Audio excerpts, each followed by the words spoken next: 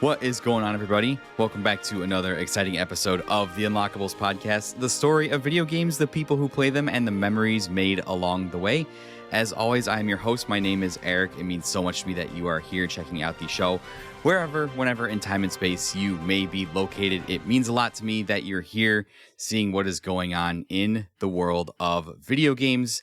If you saw the title of today's episode, you're in for a little bit more of a different episode. We're not doing like a video game review or a long-ass story history lesson on the Kingdom Hearts series. We're going to be talking about Pokemon today, but we're not going to be actually reviewing a Pokemon game.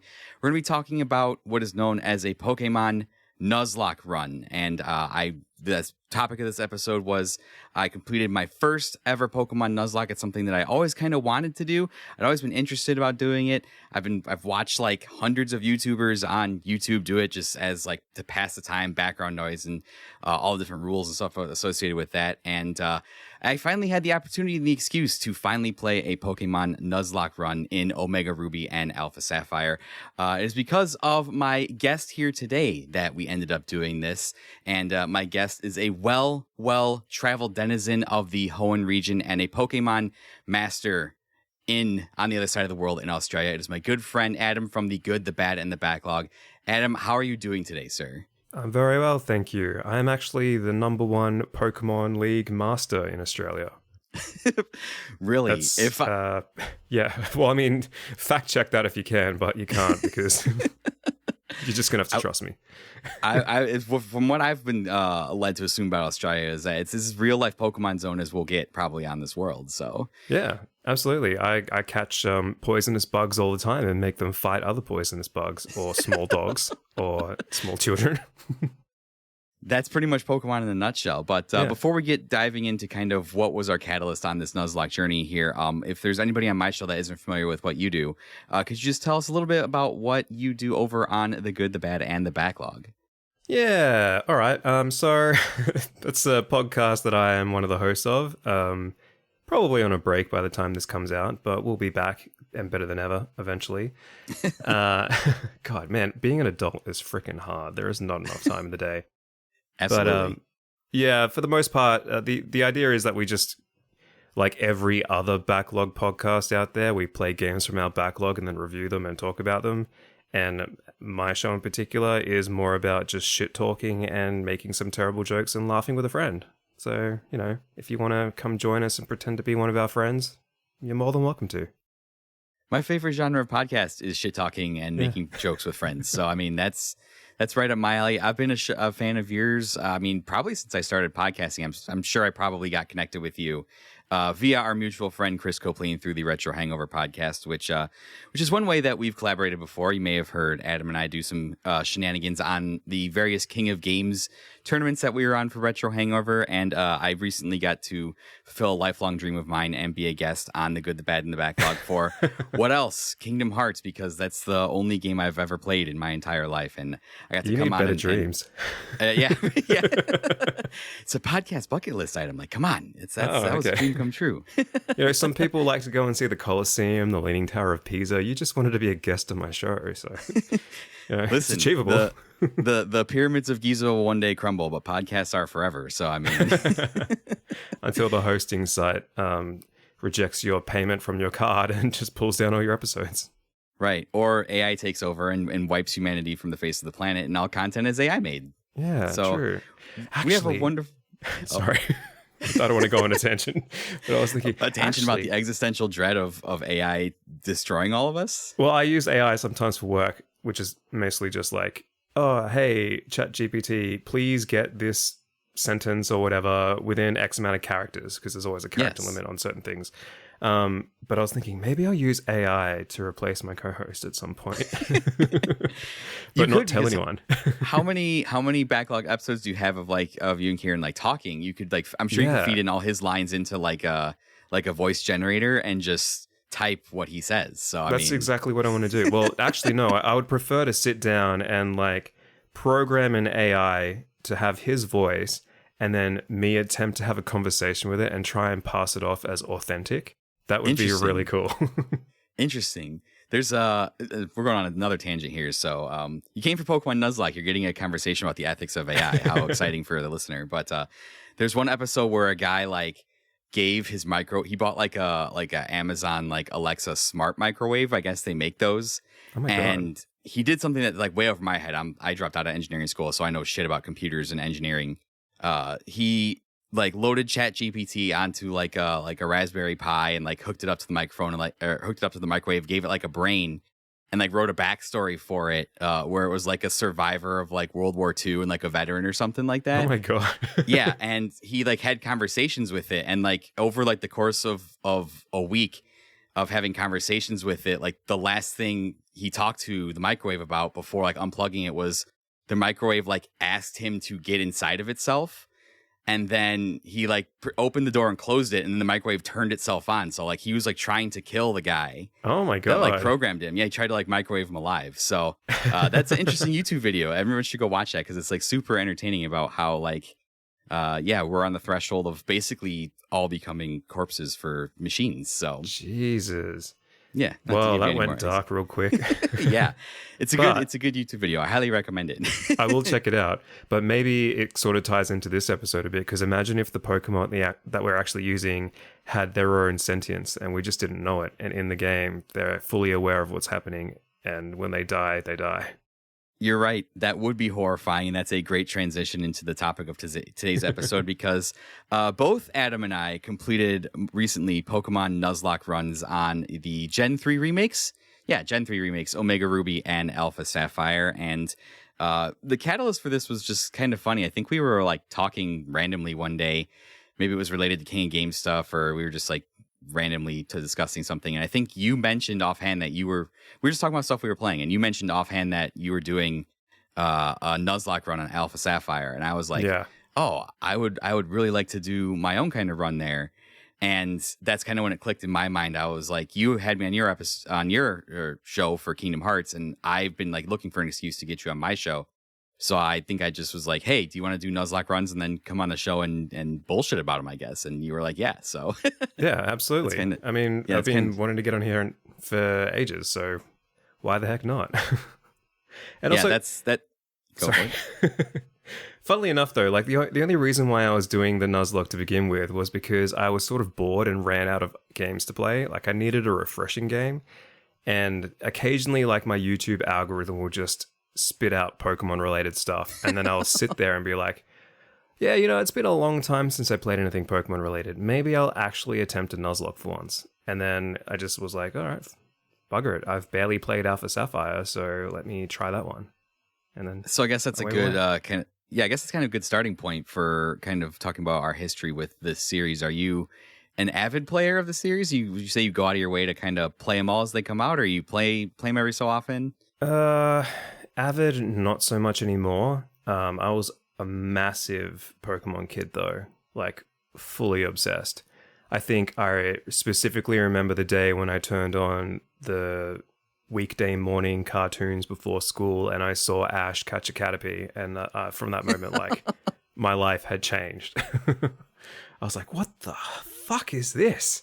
I'd never seen anime before, and suddenly I was like, oh my god, like, it just blew open this entire can of worms. That's not the saying, but I was like, what is Japan? What is Japanese anime? What is Pokemon? And then I was just fully obsessed for the first couple of generations. I sort of fell off actually around Alpha and Sapphire. I don't know why, but I skipped that one, and then I went on to Diamond and Pearl, played those through. Then I fell off again for White and Black, Black and White, whatever. And then I came back for, I don't remember, but I've played pretty much most of them, if not all of them. It's just taken me a long time. So I'd take really long breaks or skip every couple of generations. And then, most recently, Violent Scarlet.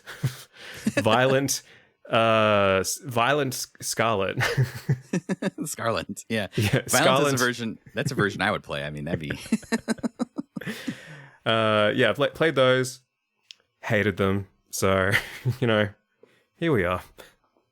Yeah, I would think that anybody kind of around our like age or generation range would probably have some kind of memory of a Pokemon thing happening to them, Mm. probably at one point or another. I mean, my experience is pretty much exactly like yours. I remember seeing the TV show, and my cousin introduced me to the games one day. He brought him over on his Game Boy, and that was kind of the end of that. And I remember everyone kind of discovered it around exactly the same time, and it kind of became the big thing. And my experience kind of mirrors yours a little bit. I played the first two gens, and then the Gen 3 was the one I actually kind of fell off on it, Gen 3 and Gen 4. And it wasn't until I got to college, because Gen 3 and Gen 4, when those came out, I was like junior high, starting to go to like junior high school. And like junior high school kids, you don't play Pokemon. Like, that's not cool. And that was around the time like the Call of Duties were coming out and all that stuff. So like catching like cute anime creatures, totally out. Like shooting terrorist insurgents, like that's what's in, baby. That's that's what you got to play now. So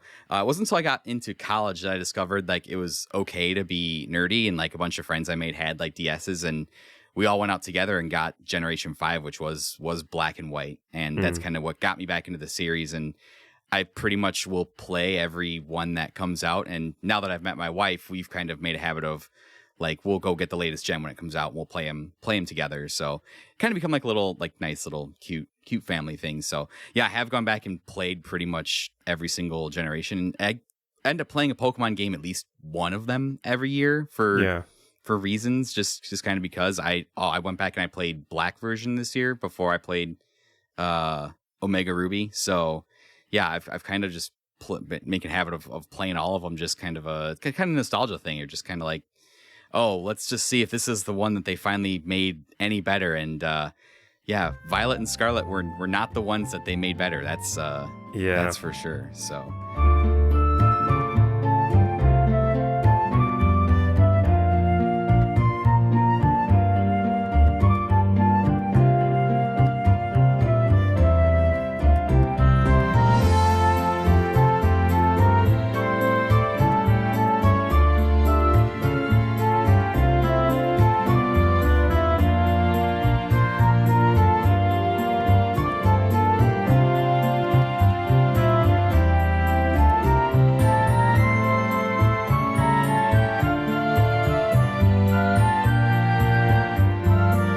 let's just kind of dive in talking about, I guess, how we played the game, the rules we set for ourselves. The standard rules for a Nuzlocke, there are very, very many different rules and many kinds of varieties of Nuzlocks that you can like embark on, and depending on the game that you play, and different challenges you can kind of set for yourself. I think when we were talking pretty early on, you and I were just kind of like, let's not do anything super crazy that's going to like stress us the fuck out. Let's just set like the basic rules and kind of see how that works. So I think the basic rules we stuck to was just kind of the standard Nuzlocke rules, where you're only allowed to catch one Pokemon from every route. If your Pokemon faints, it's considered dead and you can't use it in the run anymore. You must nickname all of your Pokemon. And I think I threw in one in there. I was like, I'm not going to use any legendaries. So is that pretty much how you played the game as well? Well, sort of. I think it's the first Pokemon you encounter in the route, so you actually can't like pick and choose who you want to catch in the route. You sort of force whoever encounters first. So I did that. I think there are like hardcore rules that have things like not allowed to use EXP share, and you're not allowed to use items in battle. I stuck with the items in battle thing. Like, I didn't use them unless it was a held item, and even then I never use held items anyway, so that was kind of a moot point. But I admit I did cheat a couple times about certain things that I'll bring up later on. Okay. But yeah, I did the whole nickname thing, and yeah, I think that's basically it. Some of the other ones I've heard of is that you're not allowed to level your team past the next gym leader's highest leveled Pokemon. So you have to cap your level out. And if they go past that, you can't use them anymore until you've beaten that gym leader and then gotten into the next bracket and they're below that cap. I didn't do that. Yeah, I think I mentioned that to you, and we were just like, no, we don't need to stick with that. Considering this was our like first run, I think just sticking with the base rules was probably a good move.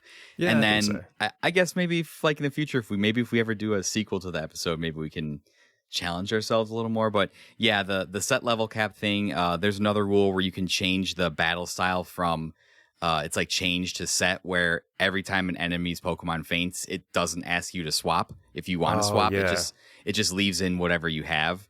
And so I think that adds another layer of challenge, so that you can't like swap out and get a type advantage right away. Yeah, no, we didn't mess with all that. We definitely put a EXP share in there just because I think it made it a little bit easier for us to kind of just keep everybody kind of the same level, or like if somebody died, catch them up to not have to sit there and grind for hours and hours. Yeah. Who's got time for that? Not me. No, not anymore. Maybe as kids we had time for that. And I'm sure I remember specifically as a kid grinding to trying to get every Pokemon I caught to like level 100. Yeah. Yeah, no time for that anymore. Because as Adam mentioned earlier in the episode, being an adult is crazy and stupid and way too busy. So you get to roll in so much money. Yes, money that, I mean, honestly, I usually never see the money because the auto pay from all my bills just deducts out of my account right away. Yeah. So True. Maybe living in the Pokemon world would be better. I know. How rich is the main character after he beats all these trainers? He just has this massive wallet and then can buy I had easily useless crap. 6 figures. Yeah. I more money than I'll ever see in my lifetime living here. So Yeah. I think about this all the time when I'm playing like RPGs and stuff. I'm like, man, I wish I could just go around and kill a bunch of animals and take the money from their bodies and have millions of dollars left over. Right. Yeah. If one thing video games lie to me about is that like people or things don't drop money. Yeah. Well, I guess people would drop money if you kill them, but I think that's going down a darker. No, not anymore. They drop their ATM cards, but you can't use them. Yeah, you're right. Because you need like the pin too. So, yeah. Or it's they're like a what do you call it? Fucking I was gonna say Fast Pass, but that's a fucking Disney World thing. What's with the tap on with your phone? How you like do the face thing and then you pay for things with your phone? Oh, it's like the Apple Pay or something. Yeah. So you either have to like get their pin out of them before you kill them, or like take their face. Yeah, cut their head off, and then like. If you're like buying a coffee or whatever, you're like, hang on just a moment, pull this head out of a plastic bag, face ID it, and then tap it to pay for the coffee. The listeners are like, we came for a Pokemon episode, not like not like a thesis on how to commit crimes in the 21st century. They're like, ooh, this Australian guy's kind of morbid. This is all in good fun, I assure you. This is all joking, not advice not to be taken seriously. The point is that it's too complicated to actually do that, so, Right, yes. Just like it's too complicated to add in more of the complex rules for Nuzlocks. Exactly. I've watched some where, like, people have, like, the no healing items rule. There are some people that I watch, my wife and I watched one the other day where people do like no Pokemon Center runs, and I'm like, well, how, like absolutely no healing at all. So I'm like, well, how the fuck are you supposed to, like, that doesn't sound like fun at all. And then the thumbnail will be like, attempt 4,902, and I'm like, yeah, no, that's not for me. I don't like hard things. Or those like all shiny runs, and I'm like, how much time do you have to spend to get a full shiny team when I've gone like decades where I've only ever caught 1 or 2 shinies? That's just stupid. Those people are really hardcore. Again, things that I would just never have time for, and also probably things I would look back on my life on. I'm on my deathbed and realize I spent how many hours just trying to get a different coded shiny Pokemon. Although to be fair, they probably consider it their job because their YouTube videos would be paying their bills. So props to you, but I've got a real job. Yeah. Well, if you're asking me, though, would I much rather sit in front of a screen all day and try and catch shiny Pokemon as opposed to go to my real job? The answer is probably yes. Yeah, okay, fine. You got me there. I would definitely do that. Although I'm sure being like an internet YouTuber celebrity comes with its own cornucopia of issues and mental health challenges, probably. And the amount of nudes that would be leaked from me is just atrocious. I'm too like, I don't like when people are mean to me. So I only like the good comments. As soon as I see like one mean comment, I would just probably go in the corner and cry and then just stop being a internet personality, which is why I like the podcast format, because nobody really leaves comments anywhere. Yeah. So that's true. Yeah. Even the people that hate me haven't left any bad reviews. They just give me like poor star ratings on Spotify. Right. The worst they can do is just not listen to you. So that Yeah, that's a very inciting way. So, but yeah, we decided to set just like I said, the basic parameters for our Nuzlocke run here. So, yeah, why don't we just start talking a little bit about the start of the run, Adam? How does that sound to you? Yeah, no, that sounds good. Did you have any sort of like, did you use a randomizer or anything to decide which starter Pokemon you were going to pick, or did you just pick the one that you wanted? No, I picked the one that I wanted. I picked. We just start going into it. I picked Mudkip as a starter. Nicknamed Lad the Mudkip, because I'd played. This is my third playthrough of Gen 3, and so far I had played through with the other two starters. So I think the other two are Torchic and Trico. Trico, yes. Yeah. I was like the grass one, yes. And so I'd never played through with Mudkip. I only had associated Mudkip with the memes. So I was like, yeah, I'll do a playthrough with Mudkip, and named him Lad. Nice. I just picked the one that I wanted, and the one that I heard was going to be the most useful, but also my favorite, because I quite enjoy this one, and I just picked Torchic. Yeah, that's what I originally wanted to go for. What'd you nickname him? I called him, so original, Phoenix. Phoenix. There you go. Did you have a nicknaming strategy, or was it just kind of like whatever the first thing that popped into your mind was? It was definitely whatever popped into my mind, and I sat there for like a good probably 10 minutes trying to think of, what's a really clever name for this Firebird? And I'm like, Phoenix is too obvious. I need something that's smarter. And then I was like, maybe I'll go like name them after famous dictators or something. Like, that's probably not wise. Yeah. No. How many famous dictators are there? I wonder. There's quite a few. Yeah. Okay. Because I actually did that naming strategy in Dark Cloud on PS2 when they re-released it on PSN for PS4. Well, that's a lot of PSs.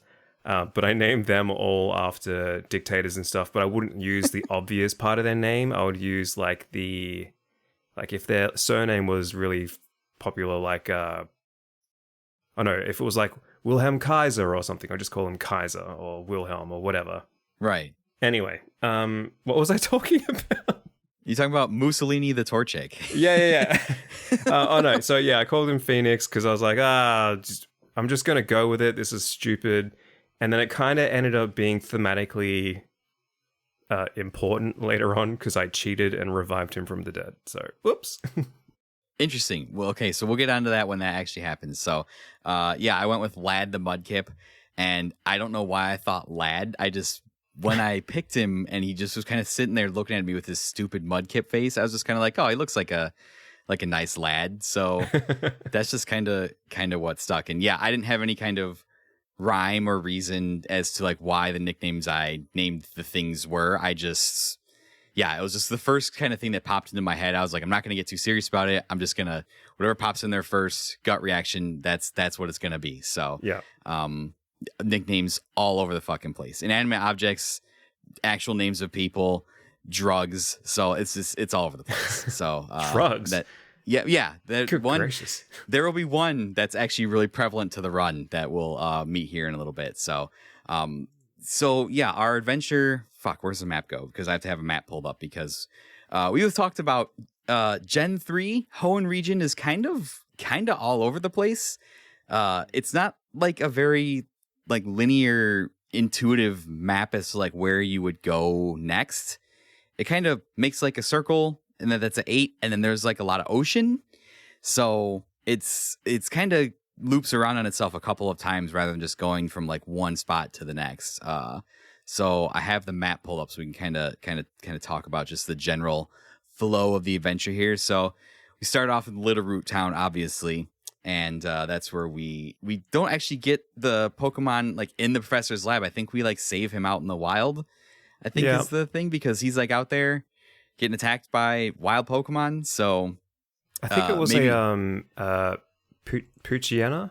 Was it a Poochyena? Or it might have been, yeah. Or was it the Zigzagoon? Oh, maybe it's a Zigzagoon for you and it was a Poochyena for me. Are those the region exclusives or the version exclusives? Did you have any Poochyena in your game at all?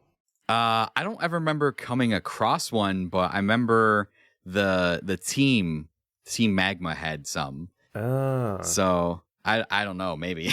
Okay. Well, I Either had way, it both doesn't the matter. It's Zigzagoon a and low level, your standard low level normal type Yeah, that you save yeah. the professor from.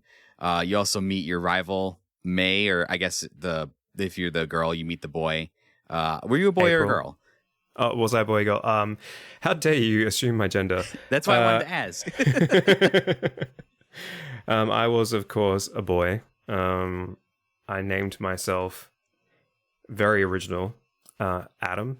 So that was my I name. was Eric, so that's Yeah. that's totally fine. I think that's what you typically need. And then so yeah, you would have had May as the rival, one of the rivals who's like the professor's daughter. So that's where our adventure begins, Little Root Town, and then it kind of goes up towards Route 101, Old Dale Town, and Route 102 over to Petalburg City. So we talked a lot about the rules for the Nuzlocks, and when you get on the routes, that's where you kind of encounter the first actual mechanic of the Nuzlocks, right? You get the wild Pokemon encounter, and the wild Pokemon encounter, that when you can only catch one Pokemon on each route, and it's the first Pokemon you encounter, that adds an interesting wrinkle to the game, because for me, I like to catch all the Pokemon, so I'll just sit there and I'll farm the route until I like catch all of them, and then I move on. Yeah. So having to be constrained to the first one I come across is interesting, and then have to like base your team around that rather than like the ones like the favorites that I'll usually run with is definitely interesting. What did you think about the one catch rule? I like the idea that you get to use Pokemon that you normally wouldn't rely on, but at the same time, the frustration of coming across your 20th Zigzagoon or whatever is very super annoying. So I think there's like another rule in there where you're not allowed to use the Poker Radar or whatever it's called, which so like occasionally a black blob will pop up, and then the Poker Radar is like, oh, there's a wild Pokemon around you. And if you tiptoe towards it, you can at least see the silhouette of what it is, so you know what you're about to catch. I did use that occasionally. But it was the first technical encounter that I had. So as long as I hadn't accidentally run into a wild Pokemon, I would go after the Poker Radar one if it was something I was interested in. But yeah, in general, I like the idea, but there's only so many Zigzagoons and Zubats you can catch before you get a bit fed up with having them on your party. So I just started ignoring them after a while. I was like, okay, no Pokemon for this route. Next. Yeah, so the unfortunate downside of illegally emulating a 3DS Pokemon game is that in order to engage with that Poke Radar mechanic, you have to like be able to sneak up on the Pokemon. Oh, right. And normally to do that, you tilt the circle pad like slowly, so you'd slowly creep towards them. I just had directional arrow buttons. I had no way to like creep towards it, so I would just scare away all of the Poke Radar Pokemon. So that I was not able to engage with that part of the mechanic at all. There was an alternate rule that I used. So the rule was, it was the first encounter on every route, unless it was one you'd already caught, then you could try for one that you hadn't caught yet. Oh. Yes. So did we discuss that beforehand? And then I think I agreed to do that as well at some point. I don't know, but that was one I saw in parentheses that Wiley was like, because I would have done the same thing as you. I would have had like 4 Zigzagoons on my team, and I was just like, this doesn't feel like something that would be very fun. So I always went to the if it was the first encounter in that route that of someone I hadn't seen before. Okay, well, I can tell you that I also cheated by doing that, which I thought was cheating at the time, but evidently not. So Because I think that makes for more variety. Yeah, like after a while, I was like, oh, there's fucking another Zigzagoon? What the hell? And then I'm just like, all right, I'm just going to close my eyes, pretend I didn't see that one, and go for the next one. You technically weren't cheating, though, so it's okay. And so if we've learned anything, is that I'm a cheater, and I'll admit it. I mean, listen, you're cheating on like self-imposed rules on a Pokemon game. Like that's what you don't have to feel bad about that. Yeah, it's like, oh, whoops, my team got wiped. Oh no, I accidentally reset my game. I guess I better go from the before last save the last file. one fainted. Oh, there's a power surge. It's fine. Yeah. So yeah, that was the one change to that rule that I implemented slightly, and then I also did the rule. If like I encountered an evolved form of one I already had, I also counted that as like since I already had it. So like if I had like a Oddish and then like 4 routes over I encountered the Gloom, I didn't like have to catch the Gloom because I already had the Oddish.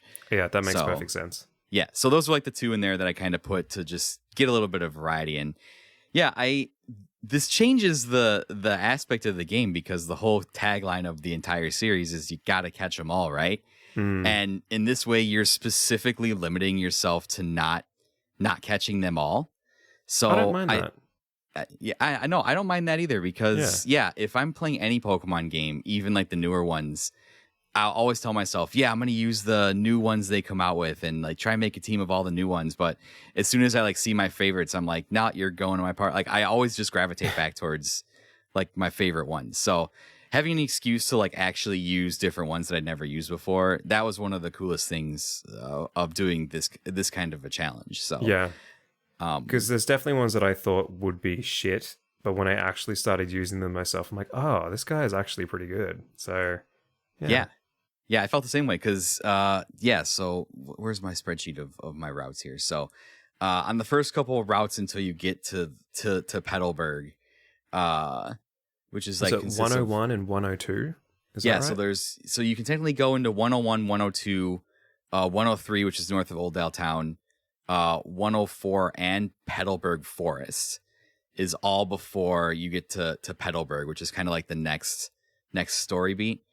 Or no, that's 102's Petalburg, and then 104 Petalburg Woods is to Rustboro, which is like where the first gym is, because your dad technically runs the gym in Petalburg, but you can't fight. Yeah, you can't fight him yet because he's like, you're not good enough to fight me.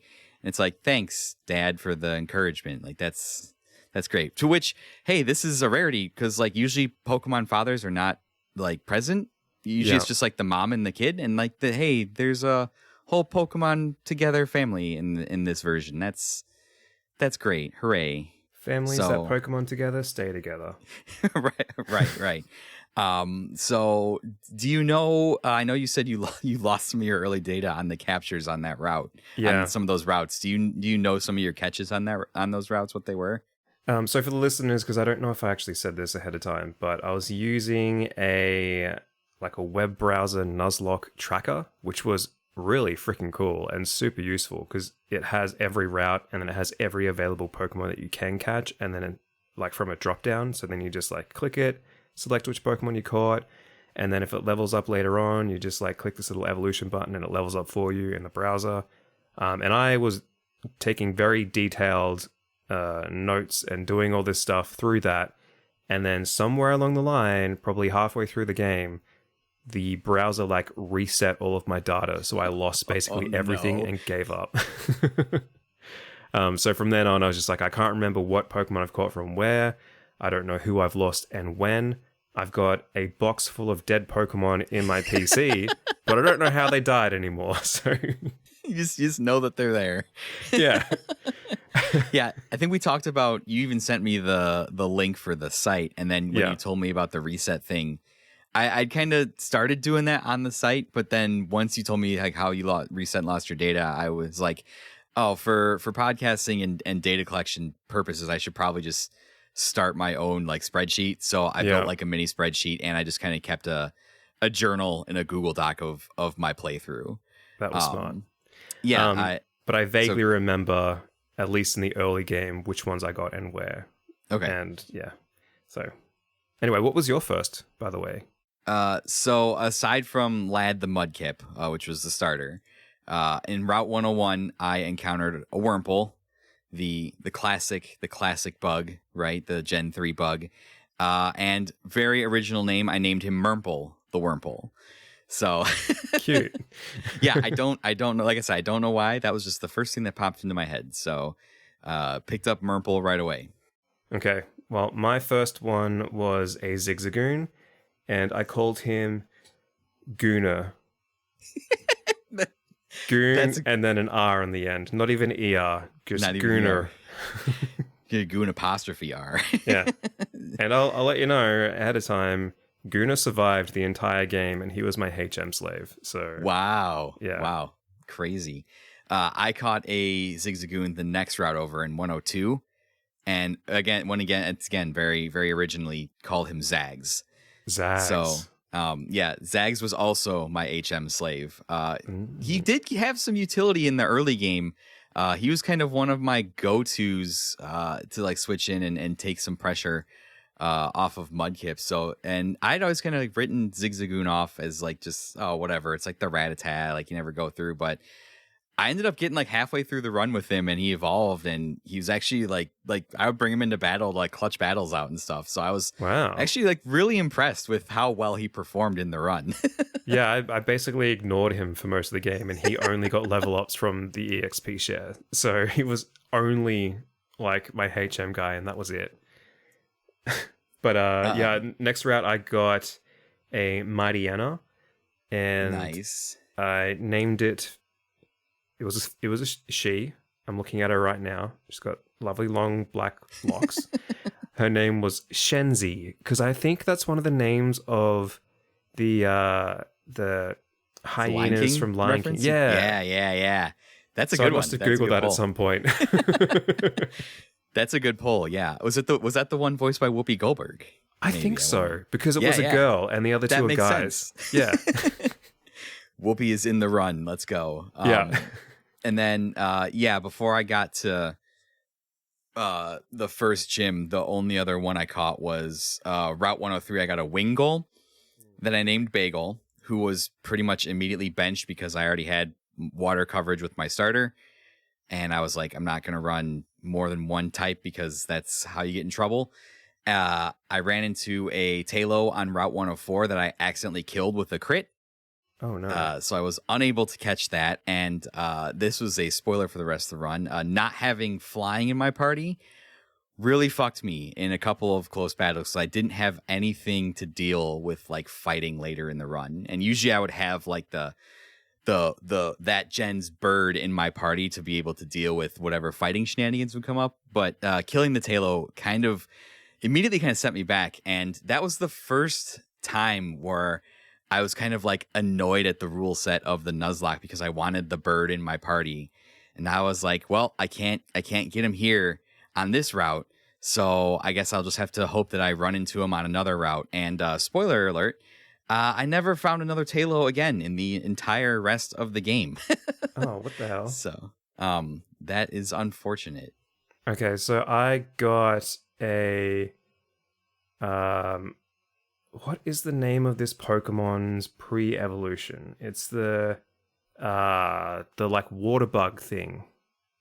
Surskit? Yeah. I got that one. I got that one. Okay, sorry, apparently I lied earlier. I got that one on 102. So I must have got my Mightyena somewhere else. And I called it Skater Boy. because it's like skating on the water and stuff.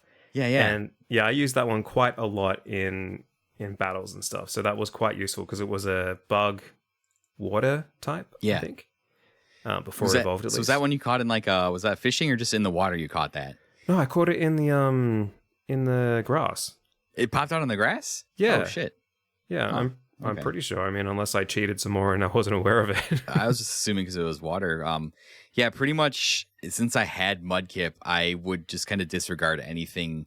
Like I didn't want to catch anything in the water. I didn't want to fish and have that be my encounter on the route because I had the Mudkip. So I was like, I'm good in that regards. Unless the Mudkip dies, which we'll see how long he makes it in the run.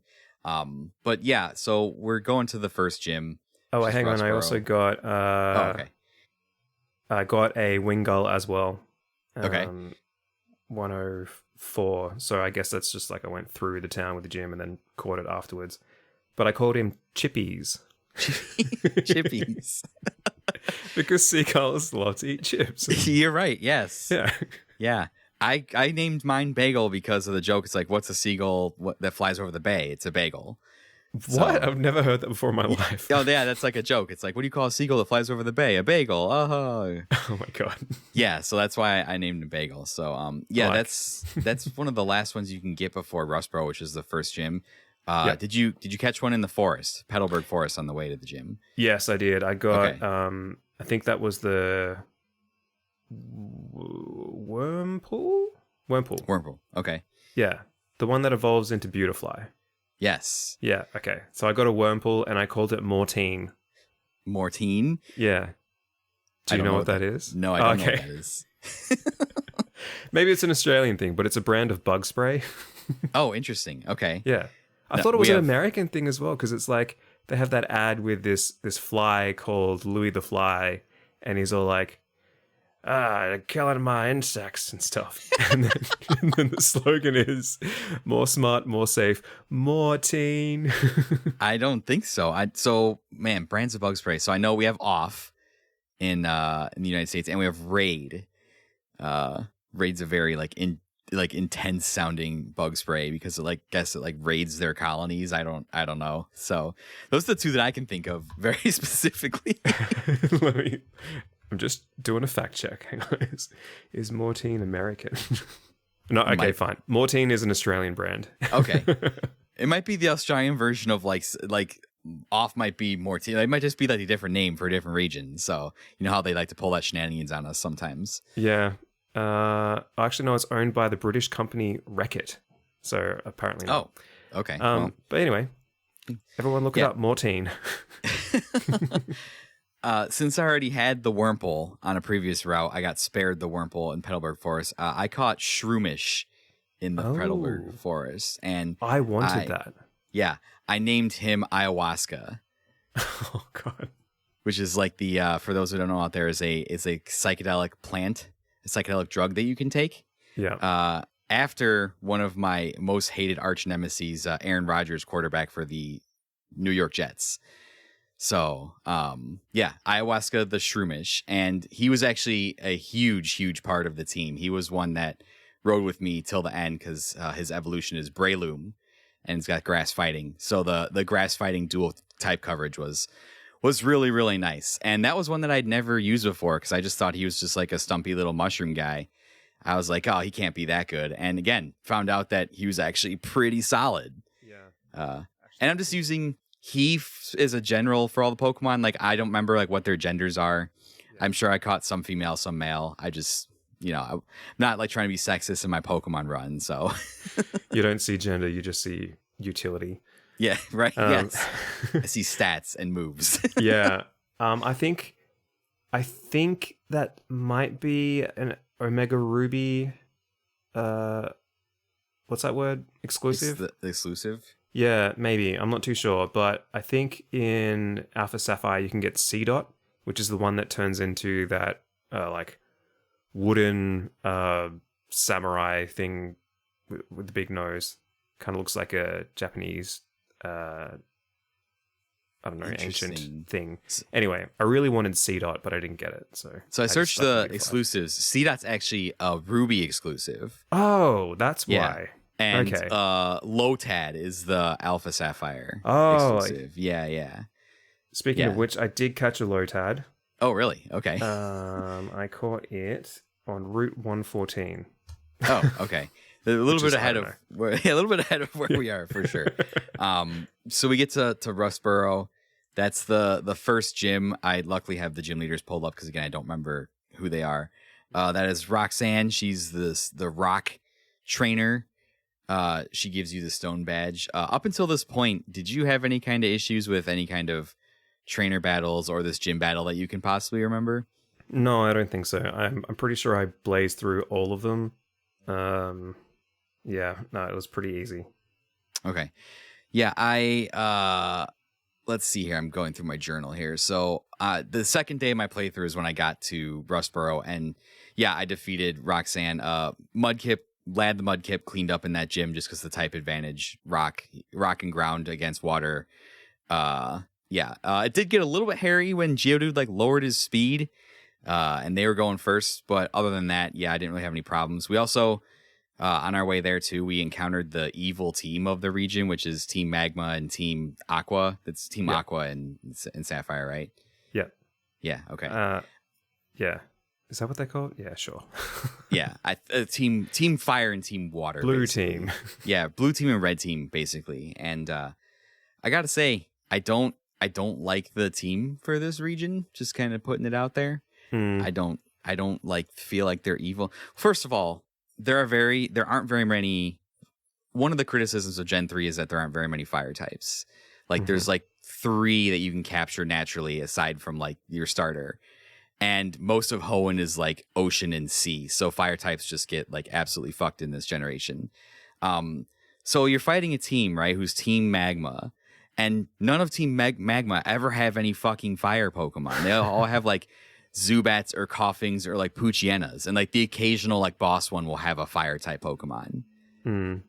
And their whole thing is like, I know between them and the Team Fire, Team Water, like Team Fire wants to like expand the land so that humanity can have like more land to to spread out on. And I guess Team Water wants to like expand the ocean so that like the Pokemon have like more land or whatever. And I don't know. I think their motivations are stupid. Yeah, I thought Team Aqua wanted to basically drown the planet in water. Right. Unless I'm mistaking Something like that. that. And I thought that Team Magma just wanted to burn everything to the ground, but I wasn't playing that one, so I don't really remember what. Yeah, their they motivation kept was. going on about like having more land for humanity to like spread out on, and I'm like, dude, there's been studies that show like you could fit all of humanity in like the Sahara Desert in like in a very pretty densely tight packed spot. There's plenty of fucking land for us already. You don't need to expand the land and get rid of all the ocean. Like you don't have to do that. I know that's a bit silly. Seems a little extreme. So I wonder if Team Emerald, if there ever was one, was like, we need to expand the forests. Yeah, right. I never played Emerald, so I don't know what the story is with that one. We need to expand just the forest specifically. Yeah. We want to put down AstroTurf on all the ground. Right. We need to stop people with these ridiculous lawns. It's getting out of hand. Buildings should be made out of trees. There is the one town. What is it? It's Pacific Log Town. Yeah. Did you ever end up getting to that town? Isn't that the one with the flying gym? No, that's the one in the middle of the ocean that's like just made out of like it's just log cabins like floating in the middle of the fucking ocean. Oh yeah, I did. Yeah. Yes. It's just like, what are you people doing out here?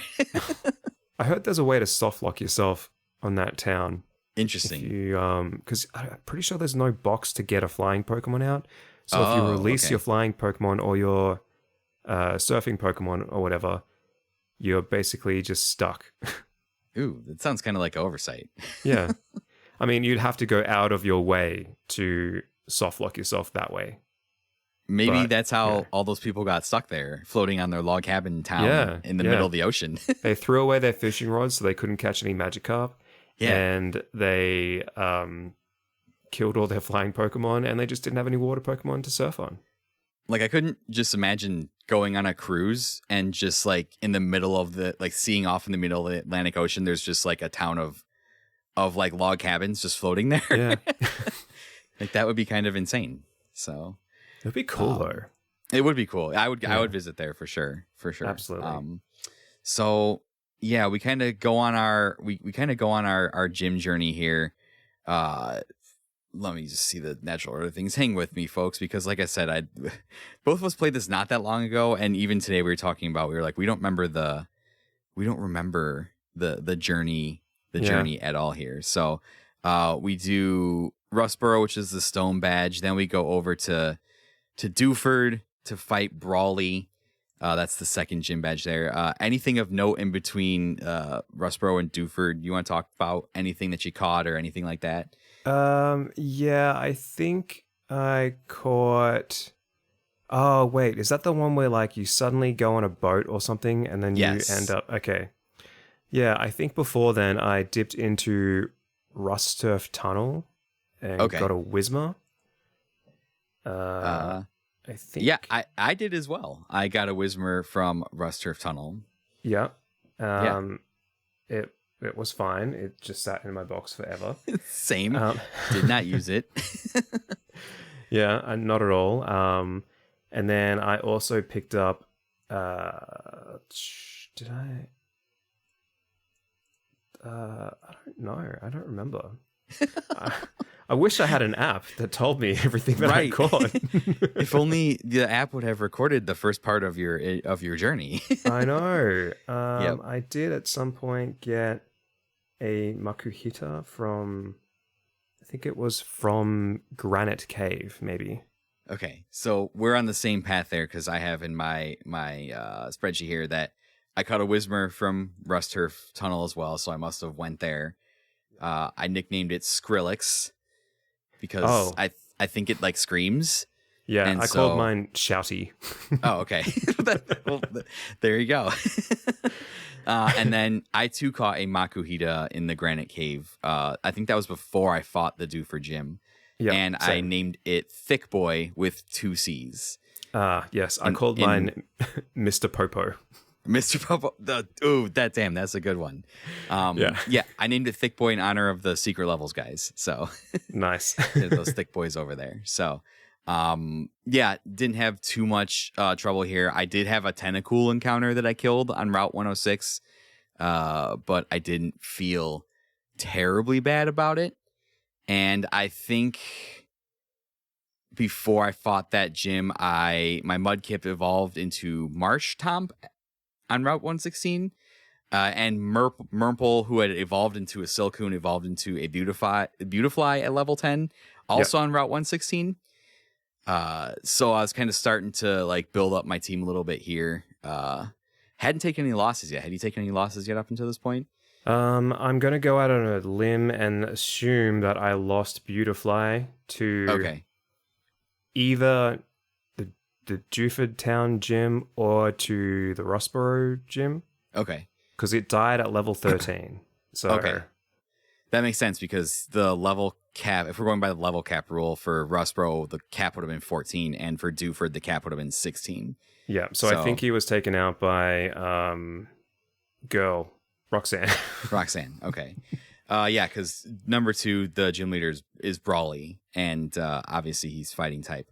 I will say Beautifly came in handy here because it learned a flying type move. I think it was either like Gust or like wing attack or something. Yeah. And that was very useful with the fighting type. So Beautifly sweep the second gym before basically getting relegated to the bench like halfway through the journey or the adventure. I believe I also had a Zubat. No, I didn't. That was Meteor Falls. Where is that? Okay, so that's north of Rossborough. So maybe I caught that before going there. I don't remember. But he was just called Cree. I caught. Go ahead. I'd say I didn't catch one of those till later in the run. So I'd avoided Zubats for a while, which was surprising. This is the bane of everybody's existence. And up until, just kind of give you guys a snapshot of like where I was like up until this point, I think my party was Lad the Mudkip, I had Thick Boy the Hariyama, I had Murmple the Beautifly, I had Zags the Zigzagoon, and I'm pretty sure I had Shroomish, Ayahuasca the Shroomish was the party that I was rolling with. Yeah, I don't remember what I had, but okay. I definitely had a Beautifly. I was using the Masquerain or its pre-evolution Skirskrit, something, whatever. I had Skater Boy. Skater Boy was in my party. And actually, another thing important to note, I had a Magikarp that I caught in Dewford Town. Oh, okay. That's good. I imagine, did you end up keeping that around? Yeah, that was in my final team. To be Gyarados. Okay, yeah. I remember seeing a Magikarp. I don't think I ever went out of my way to get one because I was like, oh yeah, Gyarados is a thing. Because I had the water coverage on my starter already. So as much as I like wanted to use Mudkip going into the run, like having the water starter discouraged me from going after any other water types because I was like, oh, I already got that coverage for even though some of that other stuff probably would have been very good. After Granite Cave, I think we kind of start making our way towards the third gym, which is Mauville City. And that's kind of like you kind of jump all over the place because like Rustboro is like on the far left side of the map. And then Dewford's on a southern island. And then you go over to Mauville, which is like in the middle of the map. Yeah. So jumping over there is interesting. Was that cutting through 103 then 1010? I mean 110? I think so, maybe, because I think the only reason you couldn't go through 103 was there was a tree in the way there. And you need to cut, and I think you gotten cut by this point. Right. Or you went to Slateport. The boat dropped you off there, and then you went north from there. This is one of those two. That might be right. Yeah. It's one of those two. I think that's it. I'm going to rename this episode Adam and Eric Try to Remember Their Fucking Pokemon Playthrough. You should. God, to be honest, this was like months ago that I played this, so True. I genuinely don't remember much of anything. Yeah, I finished my playthrough on 9/22, and we're recording this like half a month later. Yeah, I did mine on let's see, I moved into my new place in August. I finished most of the game in July, and then I rebooted it a couple of weeks ago, saw that I was at the Elite Four, and then finished it then. And I was like, I don't have any recollection of how I got to the Elite Four, but here I am. I'm going to finish it. I just arrived. It's like coming back to a game you haven't played in months. You're just like, how did I get here? Exactly. On Route 110, north of Slateport City, I caught a electric thing. Electric? That's it. Yes. I just called him Sparky. Sparky, nice. Yeah. I too caught one of those on Route 110, and I named it Tesla. Ooh. Yeah. That's brave. I probably should have went with Elon, but it would have been a little too on the nose, maybe. Maybe. Yeah. Spoiler alert. He didn't last very long. Electrike was actually my first death of the run, and he got killed on Route 114, which is probably after the Mauville City Gym. He got killed by a level 23 Gyarados. I marked the point at which they died and what they died to. This was surprising because Electric usually has 4 times weakness against, or 4 times advantage against Gyarados because it's a water flying. And for whatever reason, my Electric was just really like shitty defensively because he got one shot by just like a basic move that didn't have any type advantage on him. So yeah, that was my first loss, was that Electric that I caught on Route 110 there. Disappointing. Yeah, but because so that was, when did you encounter, I kind of skip ahead here because we're just kind of skipping all over the place. When did you encounter your first loss? Do you know off the top of your head? Yeah, I think it was the Beautifly in Rustboro. Okay. I did also lose my Mariana Shenzi. I don't know when. It died. Okay. So let me ask you this. With the rules of the Nuzlocke in place, the 2 elements that tie into this dying of Pokemon is, one, nicknaming your Pokemon is supposed to give you like more attachment to them, right? Because it's like you're naming it, it's got like a personality. And then 2, you cannot revive a fainted Pokemon once it dies. You're supposed to put it in a side box, and I see you shifting your eyes over there. Supposed to put it in the side box, never to be used again, right? Yeah. How did this make you feel? I felt fine for the most part until I lost someone that was valuable, and then I accidentally used a revive on them. Accidentally. It was on my what's the second? It's Combuskin, right? The second starter evolution of Torchic. I believe so. Yeah. Yeah. So Phoenix rose from the ashes once, and then I felt really bad about cheating. So I was like, you know what? Since it's called Phoenix, I'll allow it to revive once and only once. And then from then on, I was like, all right, I'm going to actually stick to this. If it dies again, it's dead for good. But at least there's like a thematic reason as to why you did that, though. Exactly. So Combuskin came back to life. And then I didn't lose it for a while, I'll say. So story-wise, it makes sense, though. See, that's fine. I'm willing to overlook it for narrative purposes. I like that. Yeah, exactly. Yeah, I gotta say that usually in Pokemon games, that type of stuff never really bothered me. It's just like, oh, I can catch as many as I want, and I can, if they faint, like whatever, I can just throw something else out there and take care of the job, right? Yeah. And I think by this time I was getting a little bit cocky because I had gotten like through like 2 or 3 gyms, I hadn't lost anybody, and I was like, yeah, I'm gonna do like a deathless run here. I was feeling pretty good, and then that Electrike death came out of nowhere against the Gyarados, and it kind of like surprised me how much I was like shocked when it happened, and the ramifications set in, because I was gonna have that Electrike in like my final party. I needed the electricity for the coverage against like water and flying, and when he got one shot, I was just kind of like, oh shit, and the reality of the run kind of like started to set in a little bit, and at that point I realized, oh, this is like what the run is. This is what it's all about right here.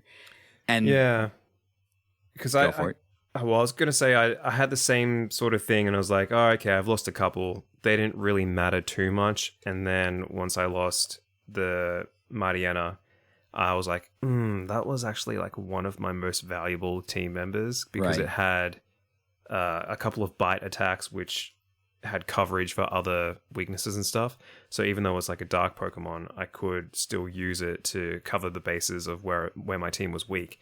And then I was like, okay, how am I going to fill this spot? And then I was like, oh shit, some of my team members are really crap, and I'm severely weak against stuff like Electric. So and I don't think I had a grass Pokemon for quite a while until I eventually got the Lotad on whatever it was that I said, 116 maybe. That's a little ways away. Yeah, sure, we can go. I kind of skipped ahead a little bit too, because I was talking about my first death happened like after the first couple gyms. So yeah, the way my perception of the game shifted after that happened, and I really kind of started to look at what the rules in place like actually meant for the game. It all of a sudden raises the stakes of like every single battle that you're in, especially if you're bringing with you party members that you want to be with you for like the entire run, and you're building like a team that has like type coverages and all this kind of stuff. That out of nowhere death can really like kind of fuck up your plan and really kind of set you back in ways that it just wouldn't in regular Pokemon, because you can just go to the Pokemon Center and revive it and carry on with your run. Yeah, absolutely. All of a sudden, every single thing that you can only catch one of in every route becomes way more important. And instead of like trying to catch them all, my mind shifted, and it's like, this is an inventory of things that I can use. It's like Pokemon go from like catching them all type of thing to a finite resource that you only have limited numbers of. And after that first death, that really kind of like changed my perception of the run and made me understand. Like at first, I said, I was blazing through it. I got through like 3 gyms. I was like, I'm gonna go deathless. This is super easy, like Pokemon baby game, right? And then that death happened out of nowhere, and really kind of like shook my confidence a little bit. And that's when I understood what the rules being in place, what adding additional rules to a Pokemon playthrough really does to it. It's kind of true to life, though, isn't it? Like, death just happens from anywhere. Right. Especially if you're standing in line trying to buy a coffee and someone cuts off your head for face recognition. So, I mean... Yeah, that too. But no, it is that exactly. Everything is a finite resource. And it's almost like you need to... Which I actually appreciate this aspect of it. It's like you need to plan out and keep track of which resources you haven't utilized yet. Like certain routes are optional. So if you don't visit, I don't know, route 219 or whatever, you can be like, okay, if my team gets wiped, I know there's a strong enough Pokemon over there that I can catch, hopefully, that can replace one of my other guys or so on and so forth. And that's what makes like watching the YouTube videos and stuff so interesting, is that it's not just the challenge of a person playing through a Nuzlocke, it's the knowledge that person has about how the game works and what things they can utilize to assist them in their playthrough. So, you know, like all these guys have like some girls, all these people have like this in-depth knowledge of Pokemon, the items you can use, the held items that help in certain situations. They know like all the bosses Pokemon and how much like what moves they have, and you know, they just know who to use in what situation and how the strategy is going to help out and stuff. And here I am just being like, oh yeah, I'm going to go into a battle with Chippies, the flying water Pokemon, against the rock people, thinking to myself, yeah, water is strong against rock, and then not realizing, oh, flying is weak against rock. And then I got like not critical hit, but I got down to like red health and like, uh-oh, like swap out. And then I started taking it a little bit more seriously. So yeah. Right. Yeah, I'm glad you brought that up because, yeah, I've watched a ton of people whose professional job it is to make YouTube videos and play Pokemon for a living, do runs and stuff like that. And yeah, it really, when you add those restrictions to a base game that's relatively easy and designed to be, I mean, let's face it, these are children's games. They're designed to be played and accessible to children. Yeah. When you add these rules that restrict the gameplay in such a way, it really does kind of reveal that underneath like the basic baby stuff that you can just plow through the game, basically, just getting away with like that type advantage stuff, it really does reveal some of the hidden depth that these games kind of have when you really kind of dive into it. And yeah, you'll have like these YouTubers like optimizing their teams and doing like the EV and IV stuff and like utilizing competitive move sets that don't just consist of like my brain is very smooth. I don't want any move sets on my Pokemon that don't deal damage. I'm like, get this other shit out of here. Like I want to deal damage exclusively and that's it. And these people will have strategies where it's like swapping this guy because his like ability will like lower their attack and like that'll allow me to get like one extra attack off. And it's just like, it's fucking nuts. The in-depth knowledge that all of a sudden becomes necessary as you add more and more and more restrictions to a game like this. Whether that's like a good or a bad thing, I honestly don't know. I don't know if that's saying like, oh, Pokemon is so easy that you need to like add all these auxiliary rules to it to like make it a challenging and kind of like sweaty experience. Yeah. I don't know. I think it's a good thing. Like really it is, because like the depth to the game that is below the surface that most people don't appreciate is there. And like imposing these rules on yourself is a really great way to see just how well thought out all these games are and their mechanics actually are, which also kind of highlights how dumbed down the games have sort of become in the modern era with like Violet and Scarlet, because it's just like, oh, you just pick whatever Pokemon and there's all these like mechanics in place to make it as easy as possible and as accessible as possible to a wide range of ages, specifically like younger people. And then, you know, like the people on YouTube and stuff, they're not really doing Nuzlockes of Scarlet and Violet because you can't really. It's kind of like those rules don't really work for it.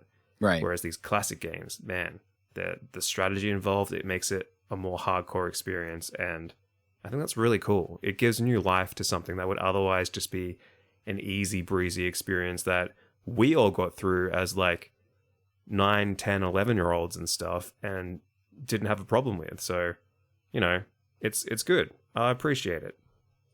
Yeah, it wasn't until the first death that I fully appreciated like what it was doing. So, yeah, it was. I think there's something to be said about how you can take a game and make up stuff for it. Because I don't know. I mean, I guess you could. I guess people do that all the time with all kinds of games, right? I guess you see people on Twitch being like, "Oh, I beat Elden Ring with a fucking DDR pad, like a dance pad," and like. I remember when Overwatch came out, I saw one guy like set up like wires linked into banana peels and he was playing like Overwatch with like banana peels. And so, I mean, I guess if you try hard enough, you can add extra difficulty to like any video game that you want. Yeah. So, but doing it with just a specific rule set is genius because everyone can do it. They don't need to go and get a dance pad or whatever, and a bunch of banana peels. Right. Yeah, I don't have to wire the dance pad to my 3DS. And yeah. You're right. You don't have to have a bachelor's degree in engineering to fucking make the game harder for yourself. Exactly. I think that's what made Nuzlocking so popular, is because anyone can try it, and that's such a great thing. Yeah, I agree. And I would say, I mean, again, we're kind of jumping all over the place here, but if you've ever thought about like trying it, I would definitely recommend trying it for sure. And maybe just do what we did. I think trying the first one with like the base set of rules, like the ones that we're laying out here, probably a really good way to go about it, because I think you can still get through the games easily enough, but you will have those moments, I think, of very high tension where maybe it's a close battle and, you know, like you said, your bird is all of a sudden at red health and you're like, oh shit, like this, if he goes, he's gone forever.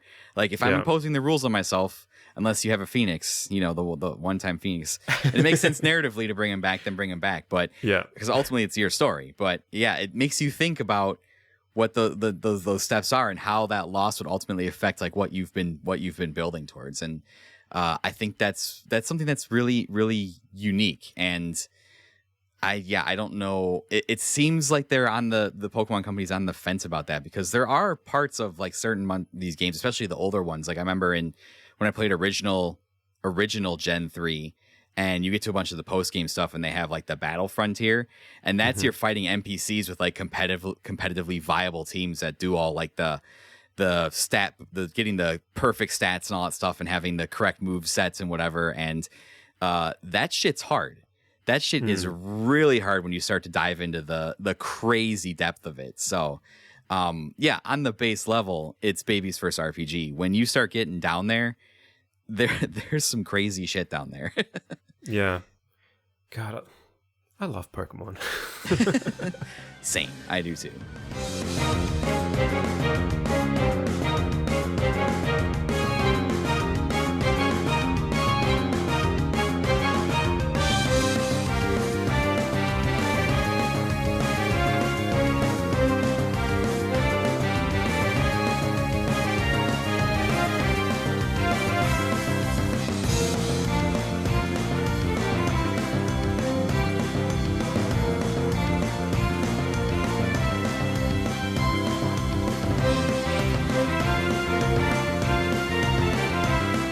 All right, we've already been here for hour 15.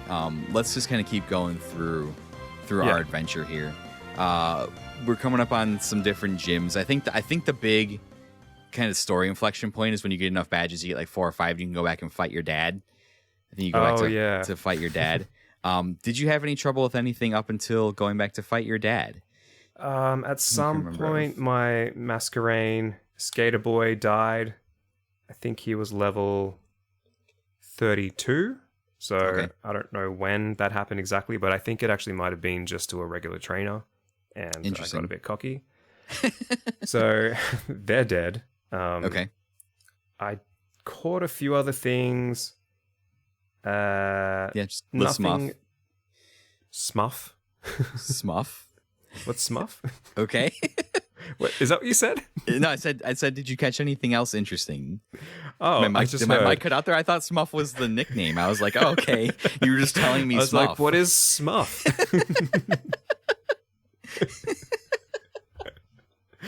Oh, Jesus Christ. Thought you were propositioning me. I don't even know anymore, man. I caught the pre-version of Lantern, whatever that is. Litwick? No, the fish, I was thinking of Chandelure. Yeah, the fish thing. Yeah, Let me check the map. The fish thing. I know what you're talking about. Yeah. Oh, okay. No, sorry. That's like way ahead. That's okay. Like I said, I mean, we're just kind of just hopping around wherever we think interesting things happened. Where is Moss Deep Cavern? Because that's way ahead too. I got a skitty on Route 116. Let me jump ahead to where's 116. It's just. Oh, yep. Okay. Yep. And I called it Kitty Girl. Okay. I caught a Ninkata on Route 116, and I named it Miyagi. Ooh, I like that. He was benched for most of the run. Yeah. So the Lotad I caught was on Route 114, Okay. which is probably a little bit further ahead, but I called him Jose. Jose. That's a good one. That's thematically appropriate, I feel. Yeah. He ended up getting benched after he evolved into Lombre. Okay. I have a Route 114 capture. I caught Zangoose, not to be confused with Zigzagoon. And I named it Wolverine because it had claws. And I remember I just went and saw the Deadpool Wolverine movie, so that was my only justification. Nice. Now, I don't know if this is before or after you fight the dad, but on Route 111, north of Morville City, is when I got my cactus thing. What was it? What is the name of the cactus thing before it evolves? Cacnea? Yeah, that's it. Cacnea? Okay. Yeah, I got a female Cacnea, and I called it Togemon. Togemon. Because of the Digimon that's like the cactus thing. Yeah. Yeah. I think it's the 25th anniversary of Digimon this year. I think I read that somewhere. Yeah. Digimon? I did not have a capture on 111. I specifically put it in my spreadsheet here. I don't know why. I just have NA written across all the columns. Was Route 111 like that desert that you couldn't go into until you had like the glasses because there's like a sandstorm or something like that? Oh yeah, maybe it was. Does that ring a bell? Yeah, because I just maybe think I never went back there. Oh, I did because there's a fossil in there that you can get, so I got the fossil. Oh, and damn, I missed that. I had an Armaldo. That would have been useful. It was in my final team. Interesting. And I called him Earwig. Earwig. Okay. Interesting. Yeah. Yeah, I missed out on that. Before that, I'm kind of in the same spot. On Route 117, I caught an Oddish that I named Doobie. Ooh. So all the grass Pokemon, I had like drug-related names for them. I don't know why. I like that. I think I got, actually similarly to you, I got this. Bear with me. I'm literally just going through my box. That's fine. I had at some point got an Oddish, which evolved into a Gloom, and I called it Gloom. That's a good nickname. I think that was one of the ones where I was tapping the A button too quickly or the B button or something when I was asking for a nickname, and it just skipped it, and I was like, oops. Oh well, in the box you go. Right. So I must have caught it as a Gloom, actually. Interesting. Yeah. Well, that's fine. Yeah. Anyway. Yeah. I guess just keep going through. If you're going through your box, just tell me kind of what. Okay, cool. I'll tell you if I have additional, or if I caught one around the same spot too. All right. So Route 112, which is near some town, I caught a camel rump. Lava Ridge. Yeah. Lava Ridge. Yeah. Camel. No, it's a Numel. Numel. Yeah, I caught a Numel. And I called it Alice. Alice? Yeah, because there's that school thing where it's like, Alice the camel has 2 humps. Is that an Australian? Oh my God, is that another Australian thing? I don't know, is it? It's like a kindergarten thing where they're like, it's a little song where they're like, Alice the camel has 2 humps. Alice the camel has 2 humps. Maybe. I don't know. Anyway. Maybe. No, that makes sense. Embarrassing. No, that's fine.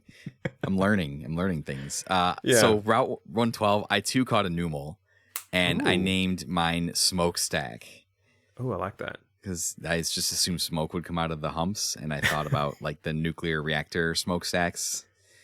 So I guess that's what I thought. And Numel was actually in my final team when he evolved into the second form, the Camerupt.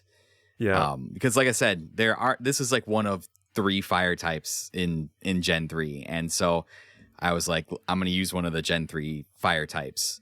So this was the one. Surprised, he's actually pretty good. Yeah, mine for some reason was at level 47, so I must have used it quite a lot. Okay. In the earlier game. Okay. But yeah, maybe rather than going through every gym, do we want to just list off like when our guys died and to who? We could do that. Yeah, if you wanted to. So, only because I can't remember. Okay, that's fine. I have another death. Do you want me to go next? Yeah, go for it. Okay, so this was in the back third of the game. I had caught a spoink that I had named Oats, and it had evolved into Grumpig, and that was going to be a psychic type, and psychic type kind of covered some of my like psychic could handle fighting the same way flying could. Yeah. And he was killed on Route 121 by a level 34 Slacking, which used Revenge, which causes double damage when it comes in and uses Revenge after a Pokemon faints.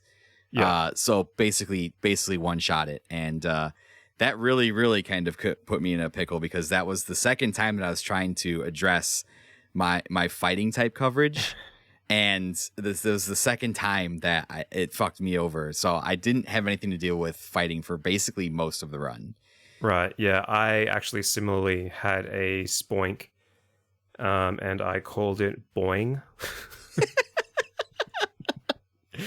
Okay. It didn't die, but I boxed it. I probably should have used it. I just never got around to using it. And then, yeah, I think the other death I had, I think I already brought it up, was Masquerain. Okay. Everything else that died for me died in the final battle.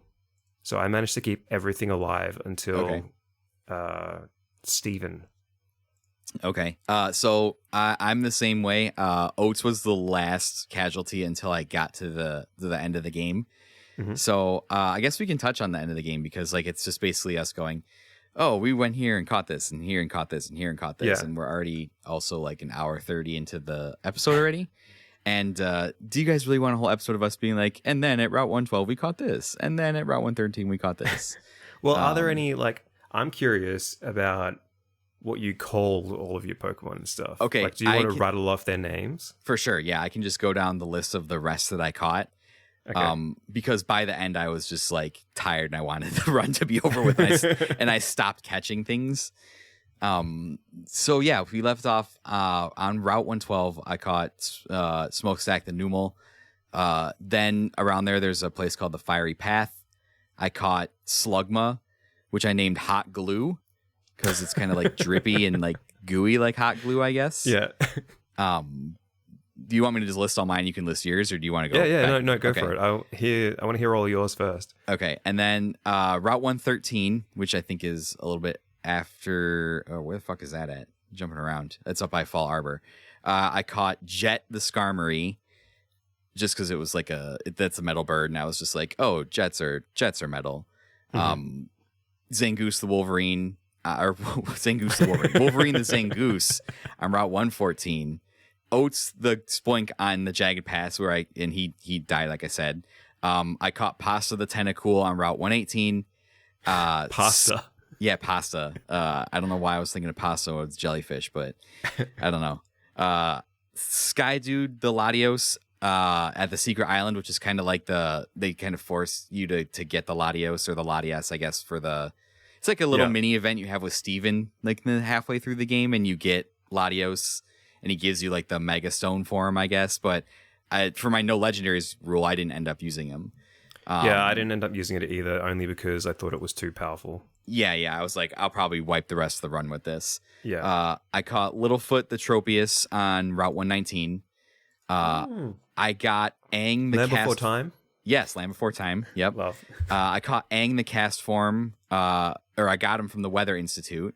Oh, and yes. Yeah, I call him Aang because he like changes with the elements outside. So I was like, Avatar, Last Airbender. I caught Fisher the Kecleon on Route 120. That's Sam Fisher from the Splinter Cell series. Because like Kecleon blends. Yeah, because he's like invisible. I caught Dish Towel the Shuppet on Route 121.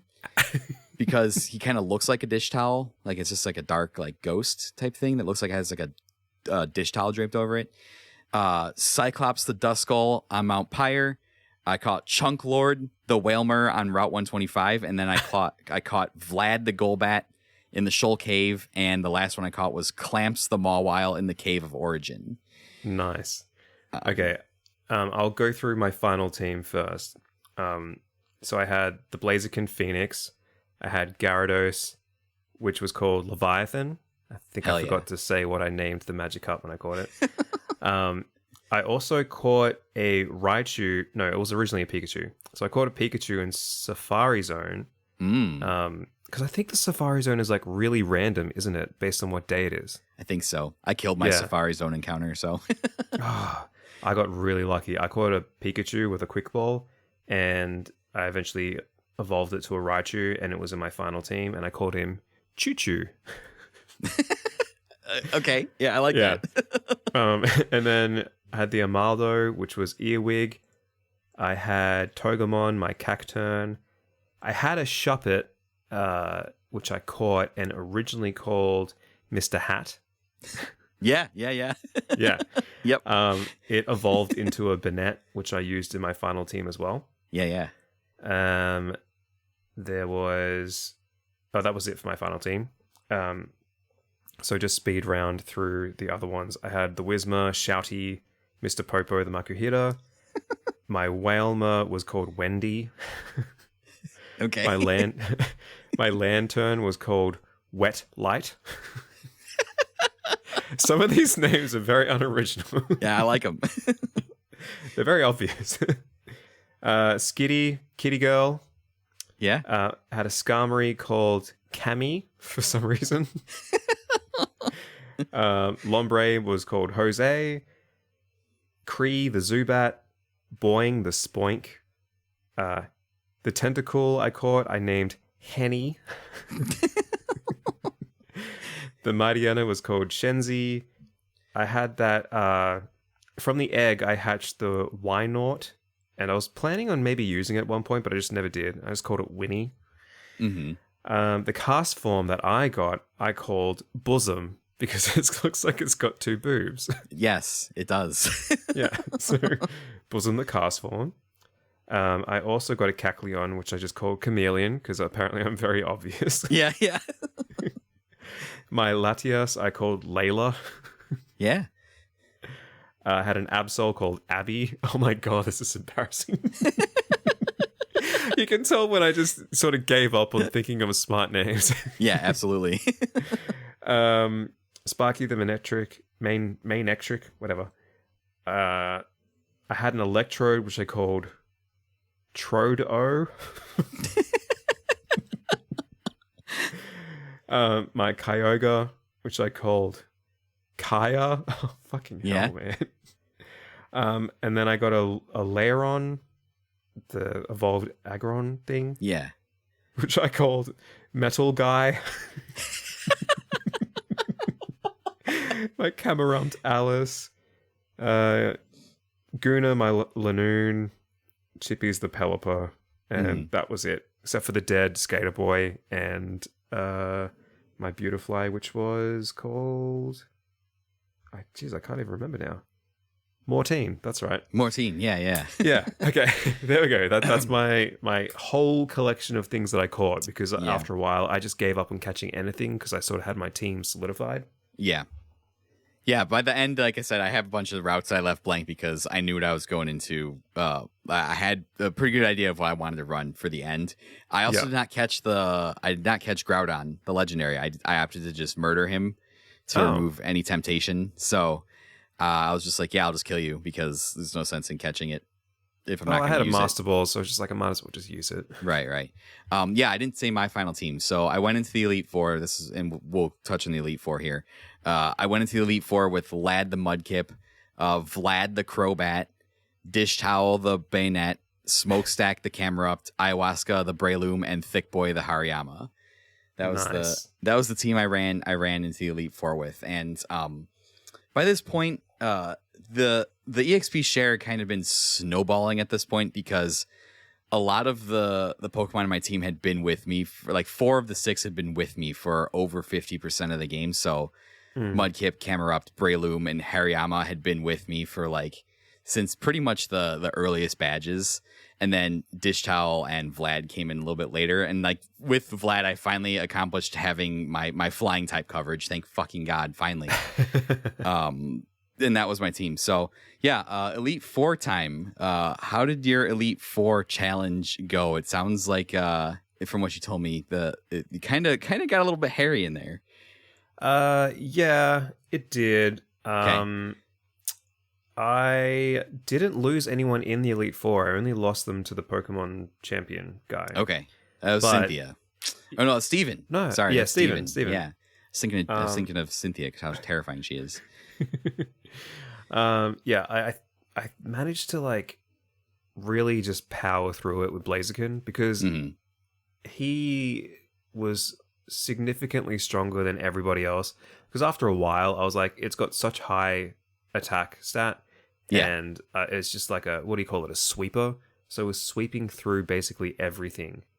So Blaziken and Gyarados and Cacturne were probably my three that were the most useful for touching on like the different weaknesses and stuff. Right. The Elite Four, God, isn't it like the majority of them are weak against fire to some degree?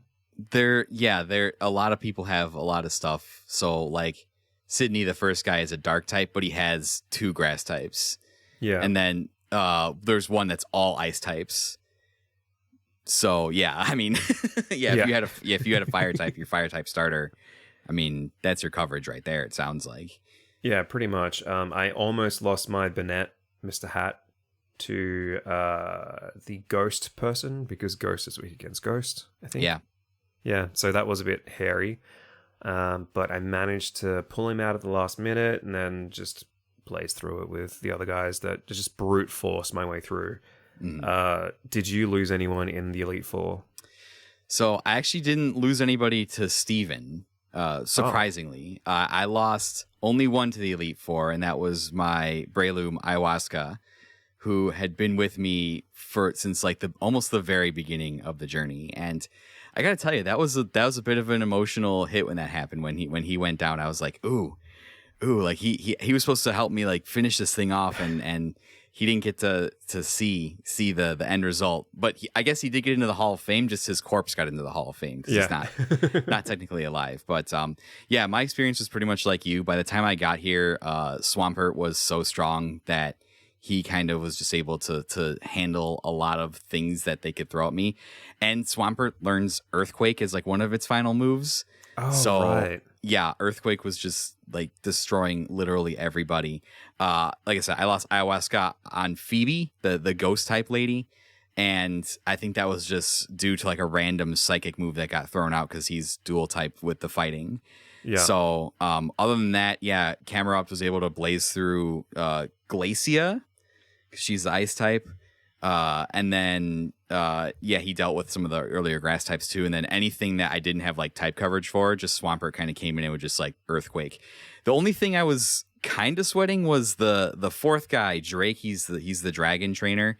I didn't really have anything to deal with dragon specifically. I didn't have any dragon of my own. So, but I remember before the Elite Four, I went and I bought the TM Blizzard, and I taught Blizzard to Swampert, and that kind of solved my problem with that right there. Yeah, and then, my Gyarados was super useful for that one. Yeah, I bet. And then as for Steven, I didn't really like Camerupt took care of all the steel types, and then I think Swampert came in and finished off Metagross because don't you get the Mega Evolution Stone for your starter? I think you don't. You get that for them. Yeah, you do. Did you use your Mega Evolution? Yeah, I might a couple times. I did. Is that cheating? Well, not in our rule set. Yeah, right. Yeah, if you wanted to play a more restrictive set, I would say that's probably you wouldn't want to use that, but yeah. Well, I've seen if there's like a I keep calling them bosses. If there's a leader or a battle or whatever where someone else is using a Mega Evolution, I think the rule is that you can use yours in retaliation. Steven uses his Mega Metagross at the end. So God, that was a pain. Yeah. So Steven wiped out 3 of my people. Oh, yikes! But I was sort of at the point where I was like, okay, well, after this battle, I'm done. I didn't realize that there was a battle with May like directly afterwards. Oh yeah. That does happen. Yeah, so I lost Blaziken. Oh. Phoenix died, and I was like, okay, you're not coming back. You're dead. And then I lost Mr. Hat as well because he was like weaker than pretty much everybody else on my team by a wider margin than I probably should have had. And then I don't remember who he went down to, but I also lost Togemon, the Cacturn. So that was like, that actually hurt because that was one of my favorite ones. So I was like, Right. I just liked it because it was like so much like Digimon. But I ended up winning the battle with my Raichu, Hell yeah. Gyarados the Leviathan, the Gyarados, Yeah, yeah. and Earwig the Armaldo, Nice. which is strange because he was like on a slither of health and he was barely useful in that last battle, but he was still alive. So Yeah. He just got know. to survive. He just has survivor's remorse now. yeah, exactly. But because I'd lost those other three, when the battle with May came around, even though all of the team was back at full health and revived, just for story reasons, I only fought her with the surviving Pokemon, which was the Raichu, Gyarados, and Armaldo. Yeah. Yeah, she was a pushover, so you know, it was easy. As the rivals are all the time. I only lost Ayahuasca the Breloom, so technically my Hall of Fame entry would have been Lad the Mudkip, Vlad the Crobat, Dish Towel the Banette, Smokestack the Camerupt, and Thick Boy the Hariyama. And man, let me tell you something about Hariyama. Hariyama is fucking thick. A lot of HP. Yeah. So anytime I needed like a guy to just like go out there, even if I didn't have type advantage and just like absorb a couple hits, I could rely on him to just go out there and just tank it. So Yeah, this was again the whole concept of the Nuzlocke like forced me to use a lot of Pokemon that like this whole team was a team that I had never ever used before. I would have to say, and so it taught me a lot about like Pokemon that I didn't know anything about. It actually like endeared like some new favorites. Like I never would have thought I would have enjoyed using like Camerupt or Banette or any of them or Hariyama. But just the nature of the challenge kind of forces you to like use what you have and like build a team as you go to kind of answer problems that may or may not pop up, and you just kind of end up with a team that maybe you're like not familiar with but gets the job done. And by the end, because I had like nicknamed them all and like they'd been like my ride or die for like over half the game, I kind of like ended up getting like a little bit attached to the team. And I don't know if that was just because of like the nature of the Nuzlocke or what, but like when I saw him going to the Hall of Fame, I was like, I'm like actually pretty happy and pretty proud of all these guys, you know? Yeah, absolutely. In hindsight, I've realized that half of my team are ones that I had used before, being Blaziken, Gyarados, and Raichu, because those are like pretty stock standard fan favorites. Right. And maybe I should have just like tried to use more obscure Pokemon that I caught, but as you can tell from like the ones that I actually ended up catching, most of them are kind of crap. Banette though, I never would have given them a go because catching Shuppet, that was like so far at the end of the game that I didn't think that they were going to be useful. Like if I was playing a regular run, by the time I came to Shuppet, I wouldn't have bothered using them because I would have already had my team set in stone. But I think because I needed a ghost type, I was like, all right, I'll give this one a go. And I was like, yeah, that's pretty good. I like it. I know I'd like seen Shuppet before. I don't think I'd ever given it like a second glance though, because like I said, I just when it showed up any other game that I played, I was using my favorites, and there were just other ghost types that I like more. And like I said, Shuppet looked like a dish towel. That's why I called it a dish towel when I caught it. But then when I like was going through my boxes trying to fill in like some of my blank spaces after my fucking Grumpig and after Electrike died, I was like, man, what could really fill in here that I don't like? I don't want to like double up on a type. And I saw the Shuppet. I just did like a quick Google search on like what Shuppet's deal was and how it evolved. And I was like, okay, like I could maybe make this work. And yeah, I ended up like really enjoying like Shuppet and Banette a lot. But yeah, it does come along a lot later in the game than you would like hope that it could be like useful. Yeah. But I was determined to make it work just because like my type coverages. And the same thing with the Golbat. The Golbat came along so late in my run. And I was just like, I need to have some kind of flying in here to help with the type coverages. And so I ended up committing to the Crobat. And Crobat was another one that I'd never used before just because I didn't want to like go through the effort. Because like that's one of those ones where it's like, oh, it needs to like you to evolve. Right. And I was just like, I don't want to mess with however that works or however long that takes. So, but yeah, actually, come to think of it, the whole reason why I used Banette in the first place was because I basically was only using the other 5, and my last spot was always my HM slave. So, Oh, yeah. yeah, I needed like a 6th Pokemon to take into sort of the final battle. So I tried to like level it up and grind it out a little bit to make it a stronger level. And I ended up enjoying it quite a bit. So, yeah, it's just a shame that these older generation games require you to have HM slaves, because I love how they changed that in Sun and Moon, where it's just like you have a specific Pokemon to do that for you, and everybody else is free to do whatever you want. Yeah, I was going to bring that up. Yeah, I'm really glad they made that quality of life change, because the one I found keeping with me, so I bit the bullet and taught Swampert Surf. Yep. And I'm fine with that because I think Surf is, out of all the HMs, I think Surf is a really, really good move anyways. So I'm okay with that. And there's just a lot of fucking water in Hoenn in general. So I was like, oh, having my starter no Surf is probably the most useful. It bit me in the butt a couple times because I would always deposit my HM slave until I ran into the next roadblock. And then I would have to like backtrack all the way and grab it and then bring it up to the point and get past it. I tried to stagger who I was leaving out of my party. So if I had somebody that was like a little bit higher level, I'd leave that one out so that the lower level ones could stay in. So, yeah, like when you go through the victory road at the end before you get to the Elite Four, and you need to have the HM slave that knows like strength and rock break and all those ones. Yeah, I hated that because I wanted to have my team going to the Elite Four be able to reap the benefits of the experience from the battles in the fucking cave. And I can't because I need a HM person that knows 3 different HMs. So yes, Pokemon Company, thank you for making that change in later games. Like it's so much better. Yeah, but still do better because you guys are not that great. Well, I guess I sent you earlier tonight. We had that big Game Freak leak that just happened. So yeah, that wasn't us though. No, don't come after us, Nintendo. I bet you whatever game that they release though is still going to be not good. Well, I mean, not good, but not as good as it should be. Right. Well, that was one of the leaks was like they're working on like a Pokemon MMO, and I saw one of the comments on Twitter was like, "How these motherfuckers gonna run an MMO when they can't? Their open world game doesn't even function properly." Exactly. So, yeah, I guess we'll have to see. But yeah, so first Nuzlocke run for each of us. Sounds like it was relatively successful. We got to the end of the game. We rolled credits without everybody dying for the most part. Yeah. And only minimal cheating took place. I actually would really like to give a randomized Nuzlocke a go. How you like... so every single Pokemon is random in the sense that like the 3 starters are random. So you have to pick between 3 randomly generated Pokemon. And then all of the... leader, gym leader.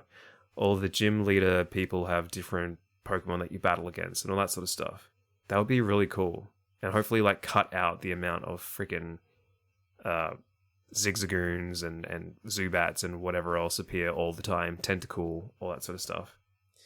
Yeah, I'm sure you have too. I've watched some randomized runs on YouTube, and they have the potential to get like really freaking crazy. Yeah, just because like the sheer randomness, like what you can get anything out of the starter Pokemon ball. You could get a Moltres, you could get a fucking Geodude, you could get like the God of Time. Like you don't know. Like that's just how the randomized run goes. Like you may be blessed with a really really good random pull. You may be cursed. And that's kind of how it is. That was gonna be my follow-up question, saying now that we'd both done one, would you be interested in doing one that has like some additional parameters on it as well? Maybe not just a randomizer, but maybe putting on like the level cap, or maybe setting it so that you can't switch out your Pokemon after every time or something like that. Well, look, I probably wouldn't do those 2 rules because those are really annoying. Right. But I definitely would want to do like an emulated version of it, because I think the quality of life of being able to speed up gameplay and stuff like that would make it a hell of a lot easier. Because like playing it on the cartridge myself, like the physical medium, it was fine and it's convenient to be able to lie in bed and play it. But at the same time, these games are slow, and having to grind out certain things to get your Pokemon at a certain level, yada yada yada. It did drag quite a bit. So I got very impatient at certain parts, which is when I sort of stopped caring who died at the end. I was like, I'm just going to get through this battle. I don't care who dies. I'm going to brute force my way through. Yeah, I think I told you that I kind of cheated because I emulated and played the game at like 175% speed. Yeah. Which definitely made just like grinding and just kind of some of that aspect of it, or just like searching for the Pokemon I hadn't encountered, or even just like the animations during battle just a lot faster, like just speed up, taking just those things that don't matter, that like just in the general thing. Because I think I've pretty much told you, like I was like one day I started and like 4 days later I was like, oh, I'm at the Elite Four, and you were like, oh fuck, like how did you catch up so fast? Yeah, and then I booted my game up. I'm like, oh wait, I'm at the Elite Four too. yeah, I would definitely add some quality of life things, especially if you're doing runs of the older games. The older games are ridiculously slow, and there aren't the quality of life things. The newer games, like as bad as like Scarlet and Violet and like some of the newer games have been, they do have the quality of life things there. It's like everybody kind of gains experience now, and it's like it's a more streamlined process, so you don't have to like grind as much and that kind of stuff. So those things are nice. I think some of the things they do, I've seen like in some of the randomized runs where if you get the randomized cart, they'll build in like 99 rare candies so that if Pokemon dies, you can get it up to the level cap like right away, and just kind of stuff like that, just to cut out the grinding aspect of it. So it's just like there's no difference between spending like 5 hours grinding something in the level cap and just giving it like 40 rare candies and just getting it to the level cap anyways.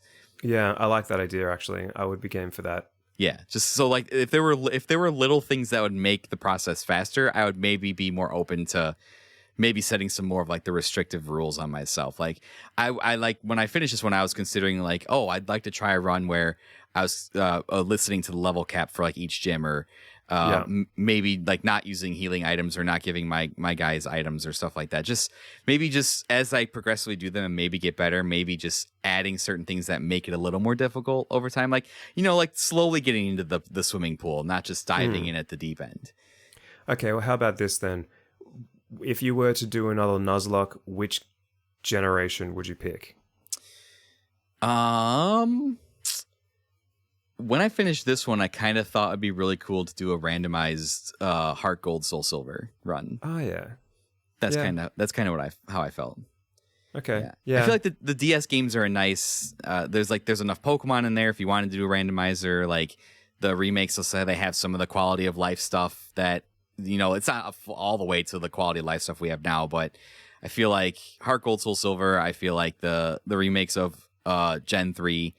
Not Gen 4 because those weren't very good. Was that Diamond and Pearl? Yeah, it's like Brilliant Diamond and Shining Pearl. Yeah. Yeah.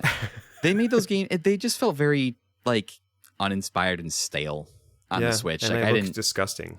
Yeah, they had like this weird chibi like art style. It was kind of weird. I hate it. Yeah. So, but yeah, I would probably do like a Heart Gold Soul Silver. Was probably where I'd go next. And then if I was to start dipping my toes into older games, I maybe look at some like ROM hack specified like Nuzlocke run ones of like maybe the original Emerald or like Fire Red and Leaf Green or maybe some stuff like that. So there are some people that make some like crazy fucking custom ROM hacks too that are like balls to the walls hard as well. So the modding community for Pokemon is nuts. Yeah, it's a tough choice because there's so many of them. I reckon like first generation remakes definitely would be fun because you're working with a more limited amount of Pokemon. I don't know if I'd ever do like base Gen 1 though, like red and blue. Yeah, that might be rough. My eyes would bleed afterwards. Right. Maybe black and white. Black and white might be good. That's one of the better gens, I think. Yeah. I'm pretty sure I finished white. I don't remember now, but Jesus, that was forever ago. So I would definitely want to dip my toe back into that and see how that goes. Or I'd do the sequels because I haven't played the sequels, Black 2 or White 2. Oh yeah, I haven't played those either. Yeah, so that might be a good one.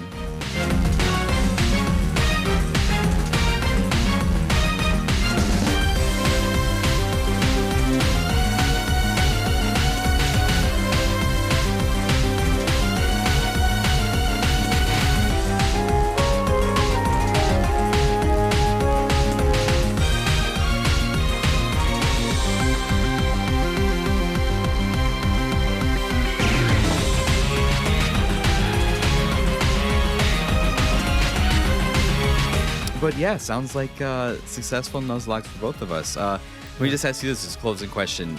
Would you recommend to anybody else that has thought about maybe trying a Nuzlocke, would you recommend to them to try one? Yeah, absolutely. I mean, you don't have to finish it. That's fine. But like at least attempt one. I think plenty of people have tried attempting them and just sort of fallen off. But I reckon challenge yourself. Give it a go. And for all intents and purposes, I think that the remakes of Gen 3 are actually pretty user-friendly if you're going to start somewhere.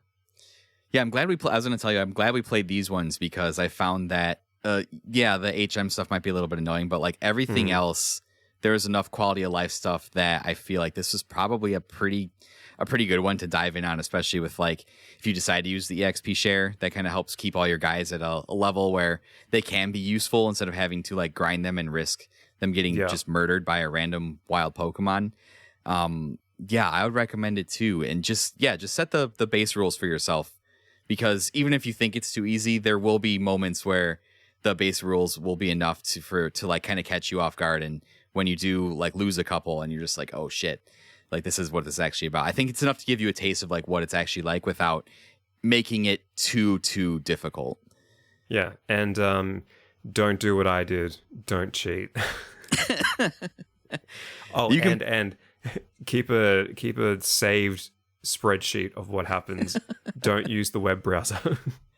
I'm sure you can find like templates out there and stuff. I see YouTubers using spreadsheets and templates all the time I was just listing off all the places I'd been in and typed in all myself, but I'm sure there's templates and communities and all that fun stuff you can find out there on the internet. But Adam, I guess we can kind of wrap it up and say successful Nuzlocke completed. That was a lot of fun. Yep.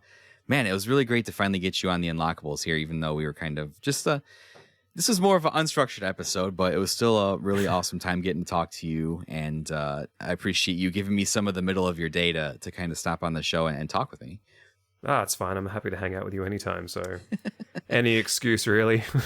All right. So like you said, in another year, we'll do another Nuzlocke and see how it goes. Yeah. For sure. Before we wrap up here, do you want to take a moment to kind of shill all the things that you do real quick? Yeah, sure. I'll just make it super quick. If you're interested in my podcast, you can go to my Linktree, linktr.ee/goodbadbacklog, and you can find all of our various links and social media and so on and so forth there. And if not, you can always find me on the King of Games thing at the Retro Hangover with Eric. Yeah.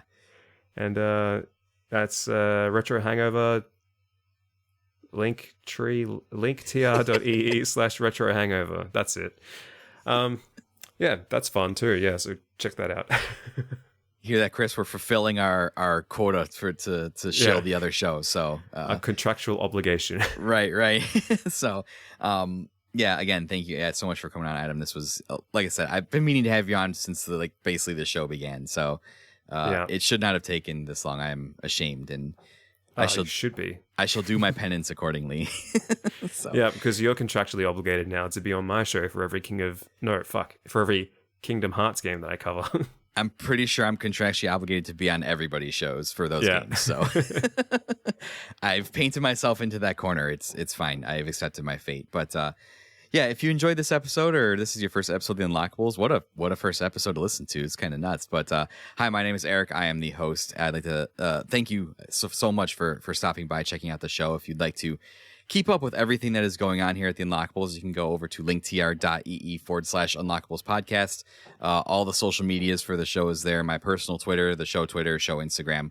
You can join the Discord server, catch up what's going on in there. But I will warn you, my Discord server is probably the most dead out of everybody else's in the community, just because I do social media for my day job, and when I come home, I don't want to interact with social media. So I just kind of use the Discord to post like when new episodes are out, or just kind of some crazy memes get posted in there. So I don't know, come for the episodes and stay for the crazy memes, I guess. And then the Unlockables Patreon just relaunched a couple of weeks or months ago, whenever this episode decides to come out. And for $3 a month, you can support the show and get access to some extra goodies like some vlogs I'm definitely totally working on. And you can vote on the game of the month, the community game of the month for the Unlockables Discord. It is the game that we will play every month, and there will be an episode recorded on it. And if you're in the Discord and tell me you want to be on the episode, you can be on an episode of the Unlockables too. Because that's the greatest thing that anybody could ever ask for, I guess.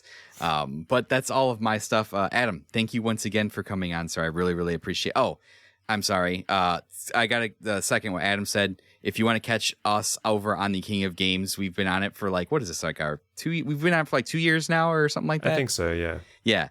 We've done some episodes together. Adam's hosted some episodes. I've hosted some episodes. So if you are interested in hearing more of our voices, go over to the King of Games part of the Retro Hangover feed. It's kind of mixed in there with all the other stuff that those guys do. Also listen to the other Retro Hangover stuff because that stuff's really good too. Chris, send me the check for the extra promotion I'm doing for you, please. And thank you. But yeah, go and check that stuff out. And I would keep an eye out for maybe more King of Games stuff in the future. Ooh. Maybe.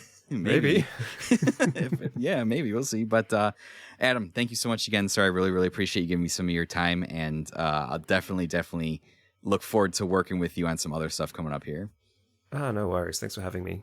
No problem. And to all of you listening out there, always remember, it's not just the story of video games. It is the story of you.